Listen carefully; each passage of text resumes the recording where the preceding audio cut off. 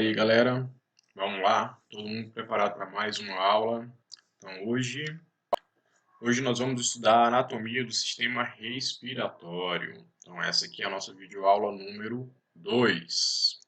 Antes da gente começar, vamos aqui repassar quais são os nossos objetivos de ensino para a aula de hoje. Primeiro, nós queremos organizar as estruturas do sistema respiratório, de acordo com a anatomia e com a função. Descrever as estruturas da cavidade nasal, faringe e laringe. Descrever a anatomia pulmonar. Citar as ramificações da árvore respiratória. E citar os componentes da estrutura da membrana respiratória, ao qual a gente vai estar trabalhando mais no final da aula. Pensando nas estruturas que fazem parte do sistema respiratório, o ar, quando ele entra para dentro desse sistema, ele vai ter que atravessar as seguintes regiões: o nariz, com a sua cavidade nasal, a faringe, laringe, traqueia, brônquios principais, e você vai ter toda uma árvore respiratória localizada dentro da estrutura dos pulmões. Então essas aqui seriam as principais estruturas do sistema respiratório. Pensando em uma classificação dessas estruturas, nós podemos adotar dois principais critérios para separar essas estruturas. Nós podemos utilizar o critério anatômico, em que você vai escolher uma parte anatômica para poder criar os grupos e enquadrar cada uma dessas estruturas. Por exemplo, segundo o Tortora, nós podemos criar os seguintes grupos: vias aéreas superiores e vias aéreas inferiores, e enquadrar todas as estruturas do sistema respiratório nessas duas categorias, onde o critério aqui anatômico é a posição da laringe. Essa, como passa a ser uma estrutura exclusiva do sistema respiratório, apenas o ar deve passar por dentro dela. Então, daqui para baixo, todas as estruturas são classificadas como vias respiratórias inferiores, e aquelas que estão acima da laringe entrariam como vias aéreas superiores. Então, tem o nariz, a cavidade nasal, a faringe, até a própria boca também, se quiser colocar nesse grupo. Tudo isso entra como vias aéreas superiores. Por sua vez, a laringe, a traqueia, os brônquios, os bronquíolos, os ductos alveolares, os sacos alveolares e os alvéolos pulmonares, todas essas estruturas entram como vias aéreas inferiores, pensando no critério anatômico adotado pelo Tortora. Já quando você pensa em um critério funcional, você teria três zonas diferentes em que aquelas estruturas do sistema respiratório podem ser classificadas. Agora você tem que notar primeiro qual seria esse critério funcional para entender o porquê que essa estrutura está dentro dessa categoria. Vamos olhar aqui o quadro geral, onde a gente percebe que a zona de condução está compreendendo desde o nariz até aquela ramificação chamada de bronquíolos terminais. Zona de transição compreende apenas os bronquíolos respiratórios. Zona respiratória, aí você está pegando os ductos alveolares, os sacos alveolares e a estrutura dos alvéolos pulmonares. Agora fica fácil a gente compreender o porquê que se cria essas três zonas, né? Aquelas estruturas que fazem parte da zona de condução, elas realmente só vão servir para transportar, para conduzir o ar ao longo da árvore respiratória. Não tem nenhum processo de troca ocorrendo na sua parede. Mas quando você pensa nas estruturas que são parte da zona respiratória, aqui ocorre processos de trocas, né? Os gases, oxigênio e gás carbônico, eles conseguem se difundir do interior da estrutura para os vasos sanguíneos que estão do outro lado da parede. É onde está acontecendo os processos chamados de hematose. São essas trocas gasosas que acontecem aqui. Então, as paredes dos ductos alveolares, dos sacos alveolares, dos alvéolos, são bem finas e elas permitem que essas trocas gasosas aconteçam. E aí você então sabe agora que tem uma zona de condução, uma zona respiratória, mas existe um meio termo, uma estrutura, um conjunto de estruturas, um conjunto de ramificações que suas paredes não são tão espessas, mas então ela já permite um certo grau de trocas, mas ela não é fina como é, por exemplo, nas zonas respiratórias. Ela ainda tem uma parede relativamente espessa. Então aqui ainda há uma boa condução do ar para que ele chegue às zonas respiratórias que vêm na sequência. A parede ainda tem uma certa espessura, não é tão simples os processos de trocas gasosas acontecerem nas estruturas dos bronquíolos respiratórios. Essa região hoje é classificada como uma zona de transição. Aqui existe músculo liso na parede. Na zona respiratória você não tem mais a presença do músculo liso. Então aí você tem então nariz, cavidade nasal, faringe, laringe, traqueia, brônquios, bronquíolos, bronquíolos terminais. Todas essas estruturas entram na zona de condução. A parede é muito espessa. Quando a parede afina um pouco, você tem as estruturas agora da zona de transição. Aqui você tem os bronquíolos respiratórios como exemplos. Na zona respiratória, entra ductos alveolares, sacos alveolares e os alvéolos pulmonares. A parede aqui é muito fina. Os alvéolos pulmonares, por exemplo, têm uma espessura de parede de aproximadamente meio micrômetro. Extremamente fina essa região. Cumprimos com o nosso primeiro objetivo, que era organizar as estruturas do sistema respiratório de acordo com a anatomia e com a função que ela vem desempenhar. O nosso segundo objetivo, agora a gente quer descrever a cavidade nasal, a faringe e a estrutura da laringe. Na anatomia de superfície do nariz, você percebe que essa ponta ela recebe o nome de ápice do nariz. Essa região entre suas sobrancelhas, ela recebe o nome de raiz do nariz. As aberturas que o ar utiliza para entrar na cavidade nasal, elas são chamadas de narinas. Essa região de encontro dos ossos do nariz com a cartilagem do septo nasal, essa região é chamada de ponte, também pode chamar isso de dorso do nariz.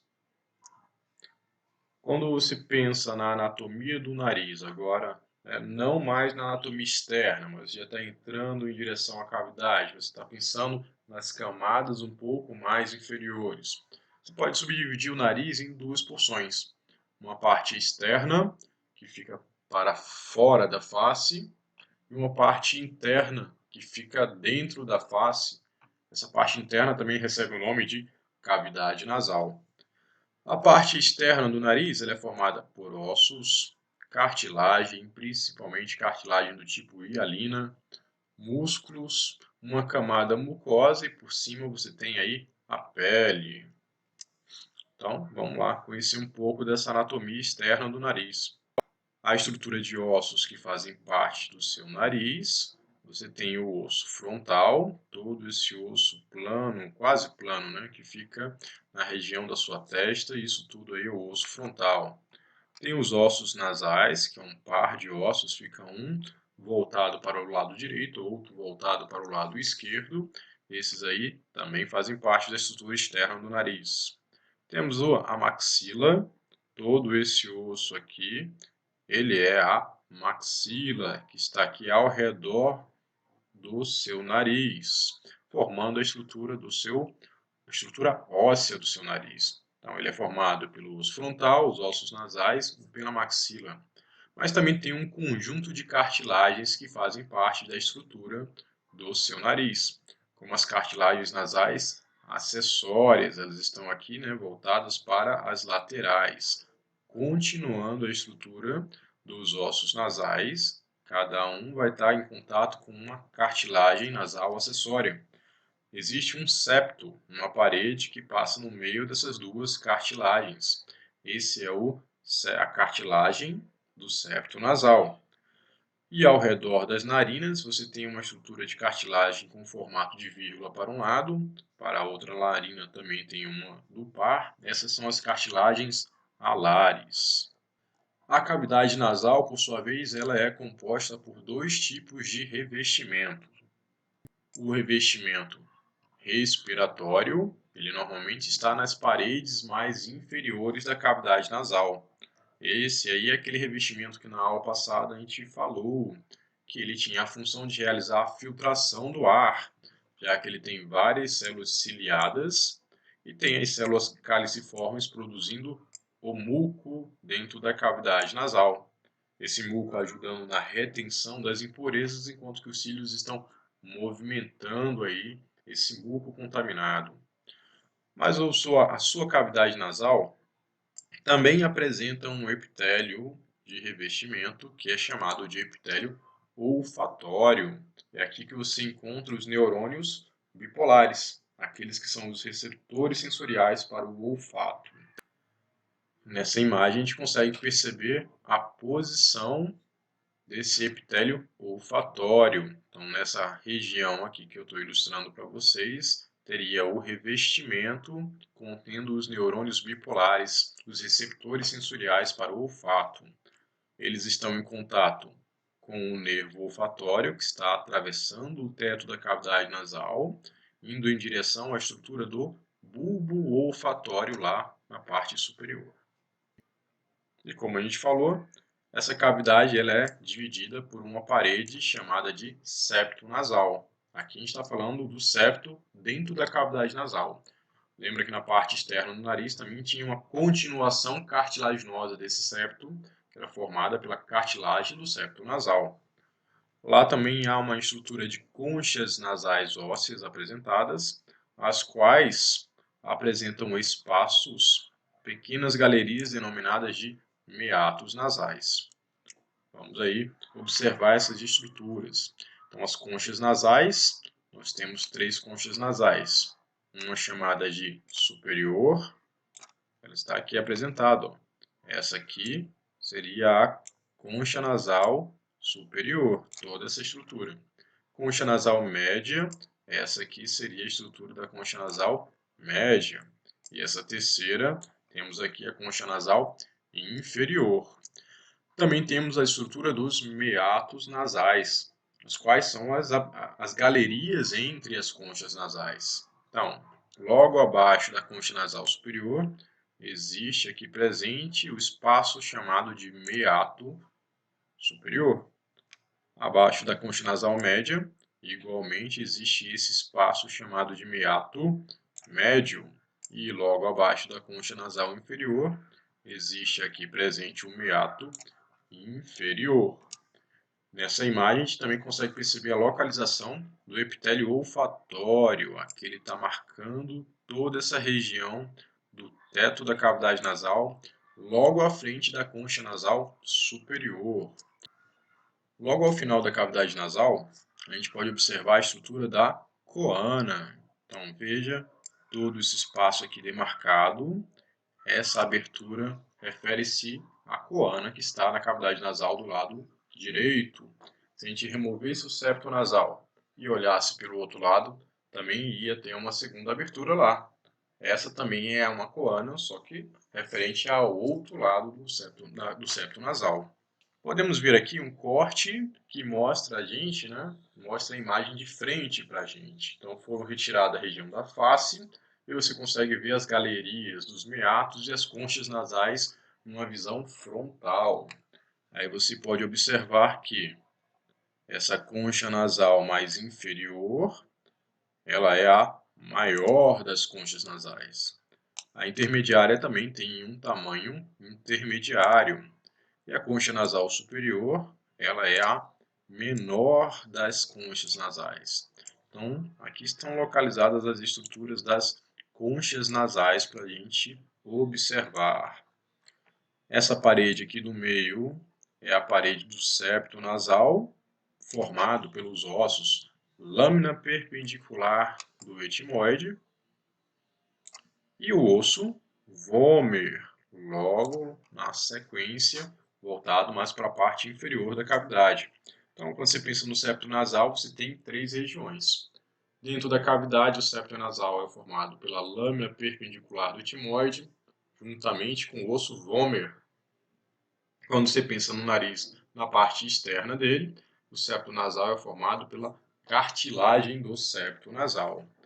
Nessa imagem, também podemos ver os meatos. Esse aqui é o meato médio, porque está abaixo da concha nasal média.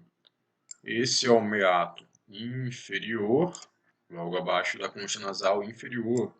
Temos o meato superior. E esse meato que conecta todos os outros, ele é denominado de meato comum. Olha que legal, né? Temos também algumas outras estruturas. Podemos observar que temos aqui um seio maxilar, né? Na verdade, é um seio paranasal dentro do osso maxilar. Temos aqui as células etimoidais. Uma, duas. Tem essa outra aqui também. Do outro lado ali também está presente. Que nessa imagem é o que a gente consegue observar mais facilmente. Mas todas essas cavidades ao redor da cavidade nasal têm aberturas que vão dar para o interior da cavidade nasal. E como consequência disso, na hora que você inspira o ar, ele também permeia por dentro dessas cavidades. Legal, vamos lá, vamos continuar.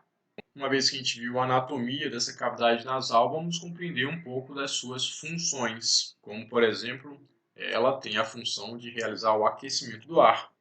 Na hora que você inspira, o ar vai entrar em contato com o muco que tem na cavidade nasal. Esse muco ele está aquecido à mesma temperatura do seu corpo. Então, se o ar está mais frio e ele entra em contato com esse muco, por tabela, ele também vai ser aquecido à temperatura do seu corpo, além de ser também umidificado. Ele vai ganhar gotículas de água conforme ele vai entrando em contato com as paredes que estão lubrificadas com o muco. A cavidade nasal, devido ao epitélio respiratório ali presente, ela também vai estar inicialmente filtrando o ar, tentando já remover um pouco das impurezas que estão sendo carregadas por ele. Detecção dos estímulos olfatórios, a gente acabou de ver que na cavidade nasal, em seu teto, logo à frente da concha nasal superior, aqui você encontra os receptores sensoriais para o olfato. Vimos também que a cavidade nasal é uma câmara dentro da sua face. Então, serve também como uma região para modificar as vibrações da fala. Quando você muda o padrão da cavidade nasal, do tamanho dela, isso também afeta a qualidade do som que você está produzindo durante a sua fala. Faringe, segunda estrutura para a gente aqui analisar, ela é formada por músculo esquelético. Essa região ela é subdividida em 3 porções. Uma que a gente chama de nasofaringe, porque ela está logo atrás da cavidade nasal. Outra seria uma região denominada de orofaringe, porque ela está logo atrás da cavidade oral. E temos a região da laringofaringe, que é a antessala antes do ar conseguir entrar na laringe. Então, seria a última porção da sua faringe. A nasofaringe tem um epitélio condizente com a necessidade. É um epitélio respiratório. Tem que filtrar o ar aqui. Então, o revestimento dessa câmara também é um revestimento especializado na filtração do ar. A orofaringe e a laringofaringe, essas duas já apresentam um epitélio diferenciado. Você tem aqui um epitélio que é estratificado pavimentoso. Lembra da aula da semana passada? Quando a gente fala a palavra estratificado, quer dizer que temos várias camadas de células ali presentes. E elas são pavimentosas, elas são células com formato achatado, principalmente na camada mais superficial. E aí você também deve se lembrar que esse revestimento estratificado pavimentoso, ele vai garantir proteção contra o atrito. E aí você tem uma explicação do porquê, né? Orofaringe não é um lugar que o alimento também vai ter que passar para poder entrar no esôfago lá na frente? Laringofaringe também. O alimento sai da orofaringe, passa para a laringofaringe e depois é que ele vai para dentro do esôfago. Consequência disso, tem uma região que sofre muito com o atrito causado pelos alimentos. Esse epitélio estratificado pavimentoso está ali presente para poder ajudar na proteção. Sendo então a faringe uma câmara comum, tanto para a passagem do ar, como também para a passagem do alimento. E é mais uma câmara de ressonância para a fala, né? Se você apertar um pouco a estrutura da faringe, você vai perceber que o som da sua voz vai mudar devido à diminuição dessa câmara. Aqui, então, nós apresentamos a estrutura da nasofaringe, logo após a estrutura da coana. Aqui você tem a estrutura da orofaringe e mais abaixo você percebe que essa é a estrutura da laringofaringe ali presente. A laringe, por sua vez, é uma câmara formada por 9 cartilagens. Aqui nós já temos uma estrutura que é específica apenas para o sistema respiratório. O alimento não pode entrar por essa região. As cartilagens da laringe, no total, são 9, mas 3 são as maiores peças e elas são peças individuais. Nós temos a cartilagem epiglótica, formado principalmente por cartilagem elástica, uma cartilagem tireoidea e uma cartilagem cricoidea, ambas formadas por cartilagem hialina. As outras 6 cartilagens, elas são pequenas e são pares. Então você tem na realidade 3 pares de outras cartilagens completando a estrutura da laringe. As cartilagens aritenoideas, 2. Cartilagens cuneiformes, mais 2. Cartilagens corniculadas, também mais 2. Novamente, aqui você tem um par de cartilagens aritenoides, que são cartilagens do tipo hialina, e 2 pares de cartilagens, são as cuneiformes e as corniculadas, que são de cartilagens do tipo elástica. Legal que eu deixei já marcado em vermelho, ó. As cartilagens aritenoides, elas são cartilagens bem móveis e, dependendo da sua mobilidade, elas vão influenciar de maneira diferente as cordas vocais. Vão fazer com que elas fiquem mais esticadas ou mais frouxas, mudando a qualidade de vibração delas, fazendo a voz poder soar mais agudo ou mais grave. Como função principal, além da própria produção da voz, você tem aqui mais uma câmara de ressonância para a produção da fala.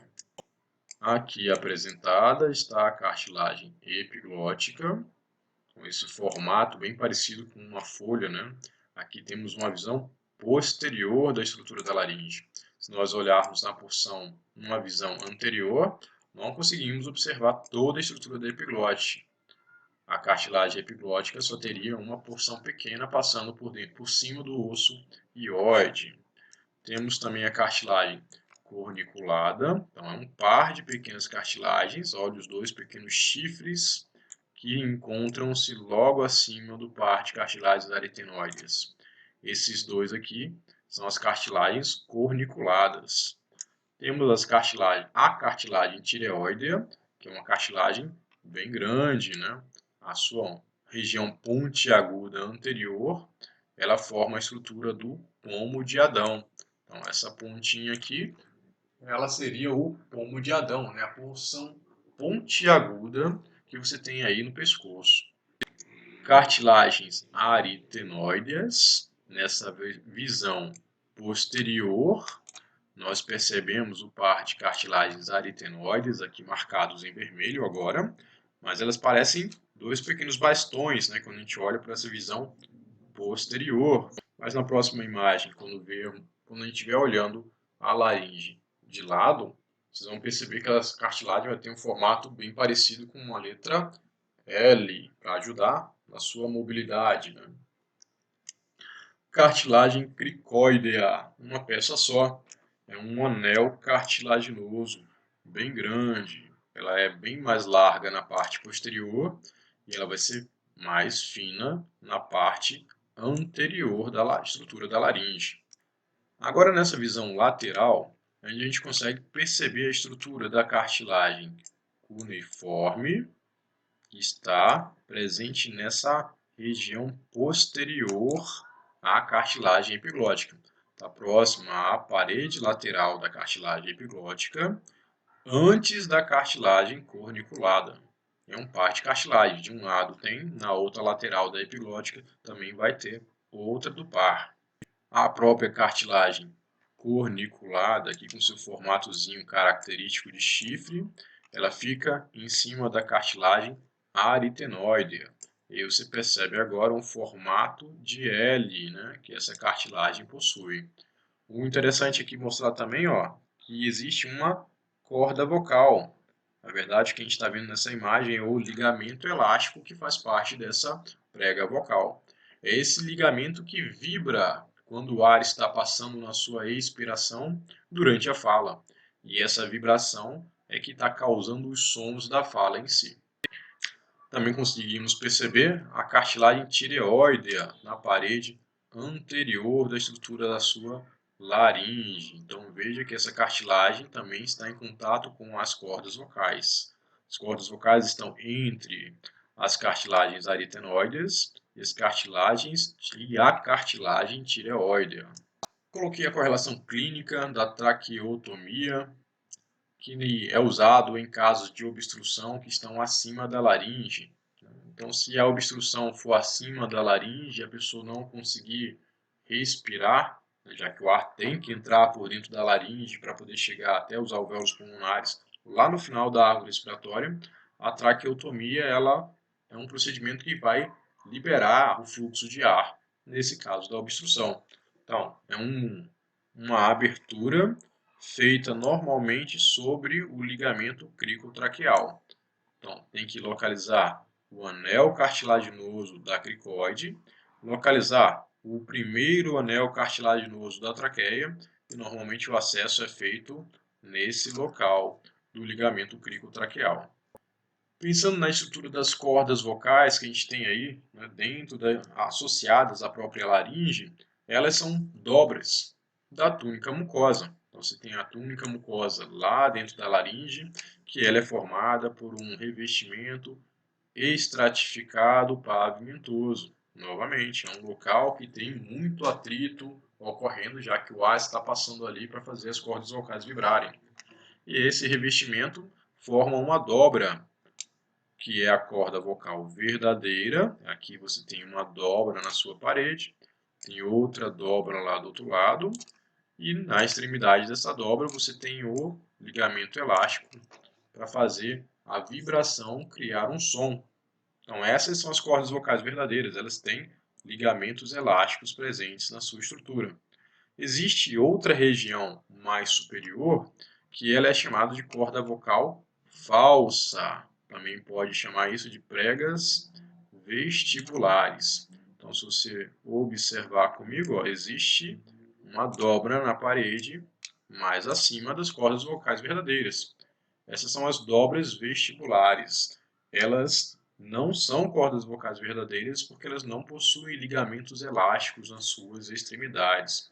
Consequência disso, ela não vai produzir som nenhum pelo seu trabalho.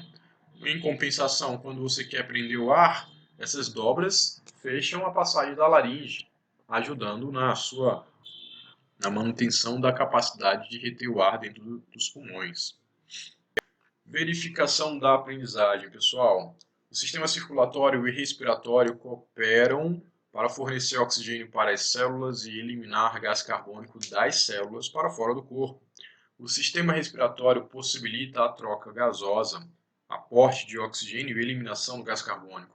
E o sistema circulatório transporta o sangue contendo os gases entre os pulmões e as células do corpo. A sequência correta das estruturas do sistema respiratório humano é: localiza aí o gabarito, dá uma pausa no vídeo para você conseguir trabalhar, e aí na sequência você confere qual é a resposta correta, hein? Aqui, o gabarito correto será a letra B de bola. Fossas nasais, faringe, laringe, traqueia, brônquios e pulmões. Terceiro e quarto objetivo da nossa aula: descrever a anatomia pulmonar, citar as ramificações da árvore respiratória. Vamos para mais esse objetivo.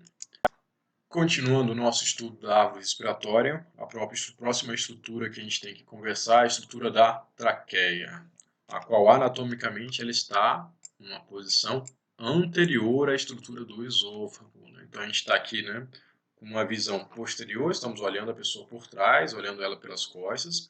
Tem primeiro o esôfago e depois é que vem a estrutura da traqueia. Legal comentar, a estrutura dela apresenta anéis cartilaginosos incompletos.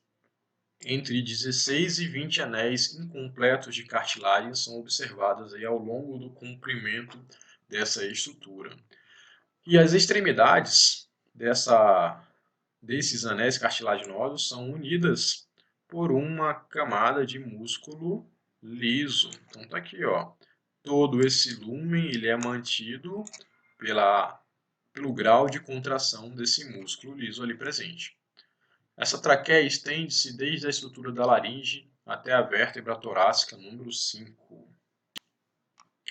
Então, ao longo dos 20 anéis cartilaginosos, você vai ter esse tipo de estrutura ali formado. E lá no finalzinho da estrutura da sua traqueia, você vai ter uma região de bifurcação. O ar vai por aqui, o ar ele vai por aqui. Toda essa região final contendo essa bifurcação é denominada de carina da traqueia. É importante chamar a atenção para a estrutura da carina, porque aqui nessa parede você encontra um monte de receptor da tosse, ativando aquele reflexo da tosse que a gente comentou na nossa aula passada. Pensando na estrutura dos pulmões, esses são órgãos cônicos, já que tem esse formato, né, meio triangular, como se fosse um formato muito parecido com o formato de um cone. E são envolvidos pela estrutura das pleuras, que são os seus envoltórios. Você tem um envoltório de duas paredes, né?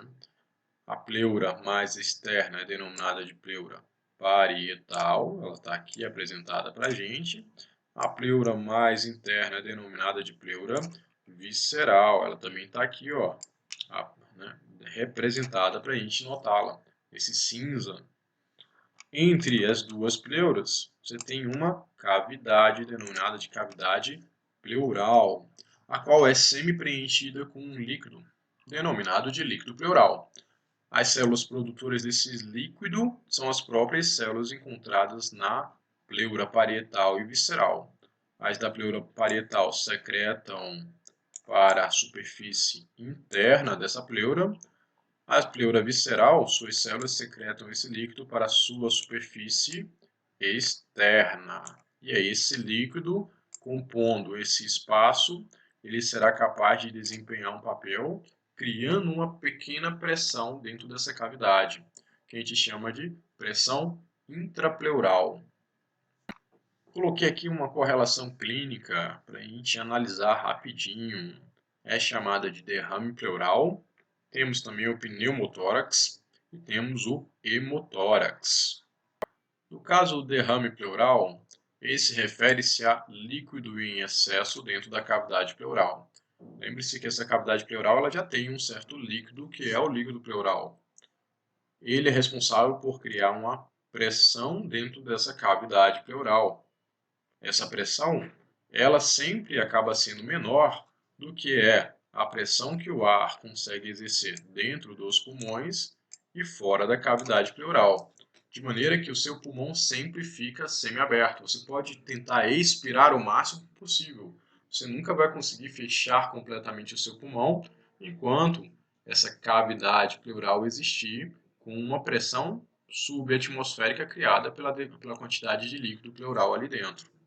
Quando o líquido começa a entrar e ficar em excesso dentro dessa cavidade, um processo inflamatório, por exemplo, ele pode se estabelecer nas paredes dessas pleuras e isso vai levar à criação e liberação de líquido para dentro dessa cavidade.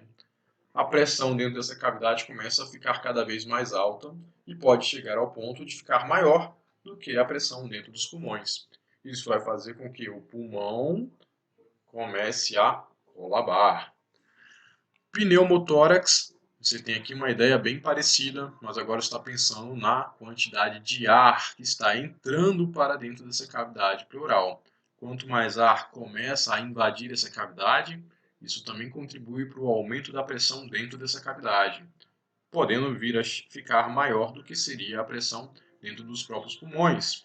mais um motivo para acontecer o processo de atelectasia. O pulmão vai começar a fechar. E hemotórax está se referindo agora à deposição de sangue no interior dessa cavidade. Um ferimento, uma pancada, né, uma facada, pode levar a um sangramento que começa a invadir o interior da cavidade pleural. Isso também vai contribuir para aumentar a pressão nessa cavidade, fazendo com que ela supere a pressão dentro do pulmão, podendo levar a mais uma situação de atelectasia. A estrutura do pulmão apresenta essa região pontiaguda, denominada de ápice. Seus pulmões, nessa parte mais achatada, essa região é chamada de base do pulmão. Seu pulmão da direita e o pulmão da esquerda, ambos apresentam um lobo superior. O pulmão da direita, ele apresenta um lobo médio, que é voltado para a frente, principalmente do pulmão. Ambos os pulmões apresentam um lobo inferior. A fissura que separa o lobo superior do lobo médio no pulmão da direita, essa seria chamada de fissura horizontal. A fissura que separa o seu lobo médio do lobo inferior no pulmão da direita e o lobo superior do lobo inferior no pulmão da direita e no pulmão da esquerda, essa fissura é denominada de fissura oblíqua. Voltando às faces mediais em sua direção, você consegue observar agora a estrutura do hilo pulmonar. Então, toda essa abertura aqui, ela é denominada de hilo pulmonar. É por aqui que os vasos sanguíneos conseguem entrar para dentro da estrutura pulmonar, né? Está pensando na artéria pulmonar, está pensando na veia pulmonar. É por aqui também que os brônquios principais vão entrar para a estrutura pulmonar. Os vasos linfáticos vão fazer isso também, os nervos vão conseguir fazer isso daí também. Eles vão passar através da estrutura do hilo pulmonar. Da traqueia vão ramificar-se duas outras estruturas. São chamadas de brônquios principais, podem ser chamados também de brônquios fontes. Eles são revestidos por um epitélio respiratório, novamente, um epitélio especializado na realização da filtração do ar. Temos anéis incompletos de cartilagem hialina, igualzinho você tem na estrutura da traqueia. Esses anéis incompletos, suas extremidades do C são unidas por uma faixa de músculo liso. Eles representam a conexão entre a traqueia e os brônquios lobares que vem na sequência. Então aqui nós temos uma ramificação da árvore bronquial, pensando principalmente na estrutura da zona de condução. Então, laringe vai passar o ar para dentro da traqueia, vem os brônquios principais, um para cada pulmão. Os brônquios principais eles se ramificam nos brônquios lobares. Então temos no pulmão da direita um brônquio lobar, dois brônquios lobares, esse vem, né, em direção ao lobo médio, e tem um que está indo em direção ao lobo inferior. São três brônquios lobares para a direita, dois brônquios lobares para a esquerda. Tem um que vem, né, em direção ao lobo superior e tem outro que está indo em direção ao lobo inferior. Cada brônquio lobar se ramifica em brônquios segmentares. Eles são por volta de 8 a 10, dependendo do pulmão. Eles, por sua vez, ramificam-se nos bronquíolos, que vão se ramificar nas estruturas dos bronquíolos terminais. Importante chamar a atenção que nessas ramificações sucessivas que nós vínhamos citando, está ocorrendo uma transformação de epitélio. O epitélio que ele era respiratório, aos poucos está se transformando em um epitélio cúbico simples. Lembra o que essa palavra simples significa? Uma única camada de células está presente. E o formato dessas células são células cúbicas. Elas ainda são células que são espessas, né? Mas agora já é uma camada só de células. Daqui a pouco isso vai se transformar novamente para hematose, as trocas gasosas começarem a acontecer. Vou aproveitar essa imagem para mostrar esse espaço aqui, ó. No pulmão da esquerda você percebe que ele tem um contorno, que é o formato que o coração deixa quando ele está aí localizado. Esse contorno no pulmão ele é denominado de incisura cardíaca. Pensando agora nas vias respiratórias microscópicas, né, não estamos mais conseguindo observar a olho nu, você teria as ramificações que vêm na sequência. Os bronquíolos respiratórios, os quais representam a zona de transição, ductos alveolares vêm na sequência, sacos alveolares vêm na sequência. Então aqui nós tínhamos o bronquíolo terminal, que ramificou-se formando os bronquíolos respiratórios. Esses bronquíolos respiratórios dão origem aos ductos alveolares. Esses ductos alveolares dão origem à estrutura de todo o saco alveolar, que contém vários pequenos alvéolos pulmonares. Olha esses alvéolos pulmonares aqui, né? Parece um cacho de uvas. O alvéolo pulmonar é uma dessas uvas ali presentes. Quando você pensa na transformação de revestimento que temos agora, o epitélio cúbico simples dos bronquíolos terminais, eles passam a ser, agora, quando a gente entra na estrutura dos bronquíolos respiratórios, ductos alveolares, sacos alveolares, alvéolos pulmonares, aqui você tem um epitélio escamoso do tipo simples, uma única camada de células, mas elas também são achatadas, por isso a gente chama de escamosas. Pode chamar também de pavimentosas. Verificação da aprendizagem. Acerca do sistema respiratório e suas funções, leia as afirmações abaixo e classifique em verdadeiro ou falso. A laringe faz parte da zona respiratória, permitindo trocas gasosas entre o ar e o sangue dos capilares. As trocas gasosas ocorrem na árvore brônquica a partir dos bronquíolos terminais. O monóxido de carbono presente na fumaça do cigarro causa diminuição da atividade ciliar e aumento da produção de muco. Gabarito aqui são verdadeiras as afirmativas. Letra E, somente a número 3. Ok, número 1, número 2 e não estão corretas. A laringe faz parte da zona respiratória? Não, ela faz parte da zona de condução. As trocas gasosas ocorrem na árvore brônquica a partir dos bronquíolos terminais? Não, é a partir dos bronquíolos respiratórios. Cuidado para você não confundir esses nomes, pessoal. E chegamos ao nosso último objetivo na aula, que é citar os componentes da membrana respiratória. É a parede que diretamente está fazendo as trocas gasosas. Então, coloquei essa imagem aqui do alvéolo pulmonar. Em todo esse saco alveolar, estamos pegando apenas esse alvéolo pulmonar para ampliar e estudá-lo. Aqui do lado nós também temos uma histologia mostrando essa mesma parede, né, de uma forma mais real. Então nós temos que tipo de células aí presentes formando a estrutura dessa parede. Temos a célula alveolar do tipo 1, que nós começamos a falar um pouquinho dela na aula passada já. Então aqui, ó, nessa parede, isso aqui é uma célula. É a célula alveolar do tipo 1. Esse que eu estou pintando é o núcleo dessa célula. Nós temos também as células alveolares do tipo 2. Aqui está ela. Tarará.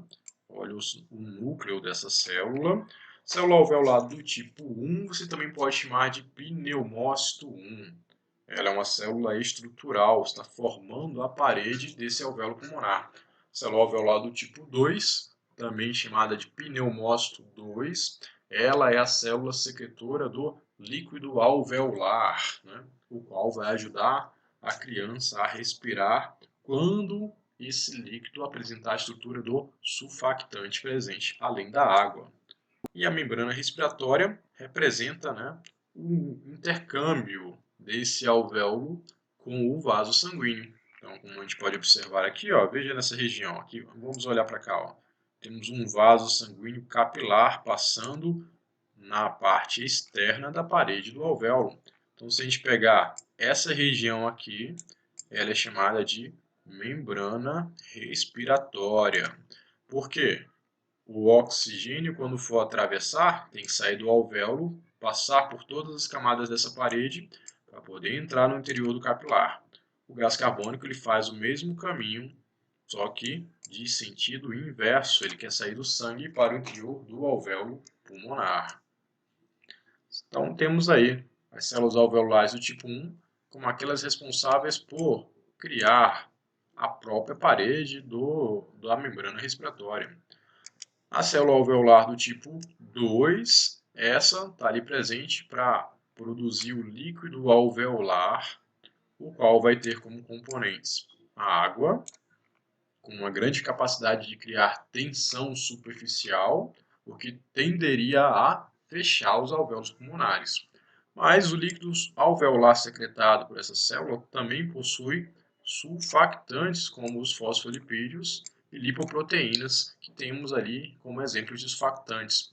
Então, essas lipoproteínas, esses fosfolipídios, têm a capacidade de quebrar a tensão superficial da água, entrando entre as moléculas de água e afastando essas moléculas, impedindo que elas interajam com muita força umas contra as outras. Consequência disso, o alvéolo pulmonar não vai querer fechar, ele vai ficar semi-aberto.